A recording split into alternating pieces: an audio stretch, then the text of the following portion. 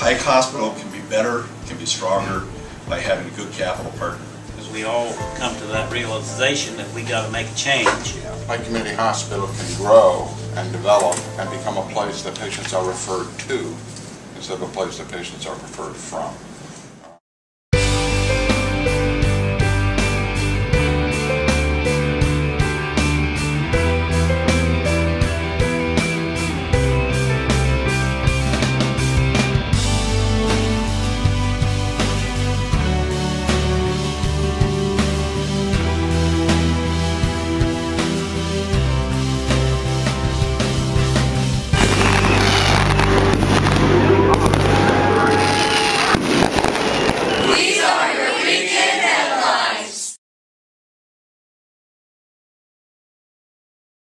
When Ed's on the links, uncertainty is par for the course. But when he learned he had cancer, there was no room for doubt. That's why he chose the SOMC Cancer Center.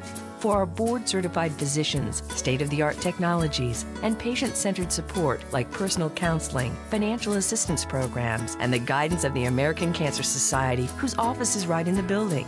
All the resources he needed to make sure he got back in the swing. The SOMC Cancer Center. Very good things are happening here.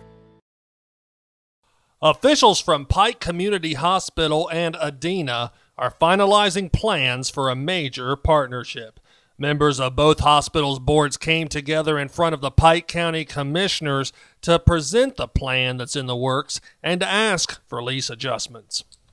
I'm sure this can work out, and it's going to be for a betterment of Pike County, and that's the only thing we're looking at. Healthcare is so complicated. It's local, but it also involves a huge use of resources. In every community, when you look, people are creating systems to create the critical mass to be able to make the capital investments, do the IT. There are very, very few freestanding individual hospitals anymore. And the few that are still freestanding, I'm working with most of them who are in the active process of looking to affiliate with someone. So what you're seeing here excuse me, from an industry perspective, is what's happening. Pike Hospital can be better, can be stronger by having a good capital partner, is what it amounts to.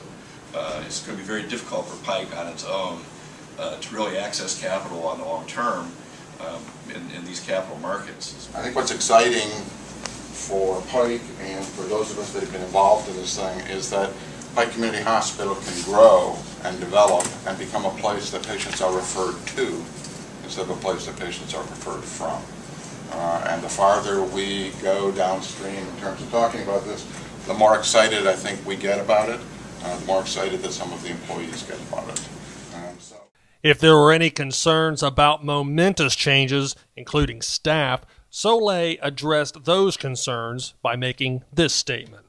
Our residents, our community, they don't come up the hill to get their care and feel like they're among family because of the building or the equipment or the parking. They come because of the people that provide that care. And those same people are going to provide that care. We exchange employees from time to time as we move around, and that will continue. But there's 200 employees that work at Adena that come from this area. We have employees in the Chillicothe area that work down by us, and I think that will continue, and we'll get the best of both worlds. But at its core, the people that are respected and admired for providing the care now will be the same people that provide that care later. The hospital's respective boards could vote to make the partnership official as soon as December. Time now for another quick trip around Pike County, where we travel around in search of a few quick-hitting stories. And we're going to begin things today at Waverly Intermediate School, where the kids there had a very special visitor this week. Pitcher goes in the line, steps fire, throw it to ground ball, shortstop. You're out of here. All right, give him a round of applause. Children's author Paul Mullen paid a visit to the intermediate school, where he inspired kids to read and to work toward their dreams. He's the author of The Day I Hit a Home Run at Great American Ballpark. Julie Billings has more in our sports section. What does the sound of donkey make? Hee-haw, hee-haw. It was also a week to honor our veterans, and that's what happened on Wednesday at Eastern local schools with the annual Veterans Day program. Students had a chance to read poems. There was music by the high school band, the Pledge of Allegiance. Girl Scouts were there as well, and there were two guest speakers, George Swango, a World War II vet, as well as Major Montgomery, a military veteran and retired teacher and pastor. And back to Waverly now at Canal Park, where the annual Veterans Day observance was held. The program featured music, a wreath posting ceremony, and a speech by new Veterans Service Commission Director Albert Highland. We must honor the more than 1 million American men and women who have given their lives for their country since our nation's founding. Our debt to these heroes can never be repaid, but our gratitude and respect must last forever. Among those recognized during the ceremony included veterans from World War II, the Korean War, Vietnam, Desert Storm, and Iraqi freedom. There are more than 2,400 veterans living in Pike County. And this has been another quick trip around Pike County.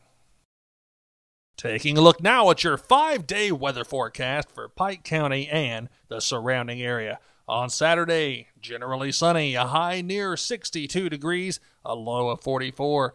Then Sunday looks like a windy one with continued cool to mild temperatures. To start back to work on Monday and Tuesday, a chance of showers both days, and then Wednesday should be sunny. You're looking at the scene of B-Dubs in Portsmouth Wednesday for the Wendy's High School Heisman Luncheon.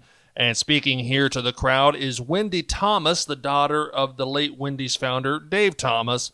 Wendy spoke to a number of student-athletes from the area. Among those honored at the luncheon were 6 from Pike County, including Eastern's Zachary Garrison and Leah Diedrich, Piketon's Josh Cornett and Alicia Manley, and Waverly's Chris Wiggett and Madison Hoffman. Check out the weekend sports section for more on this story. Plus, Alex Southworth has signed to play basketball at Ball State.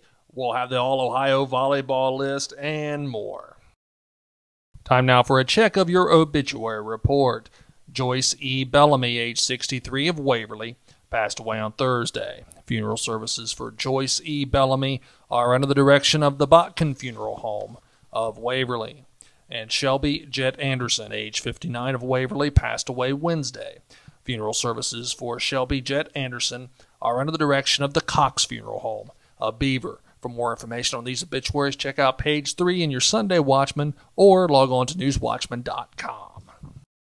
Also in your weekend edition, we'll get you all ready for Jingle Bell Weekend with a special insert inside your paper. Also, we'll have a Waverly Village Council preview story, and we'll tell you about an upcoming toy drive. Now, that's all we have for this time.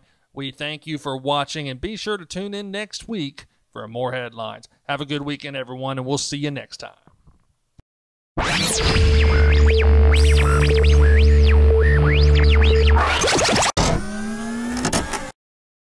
Mm-hmm.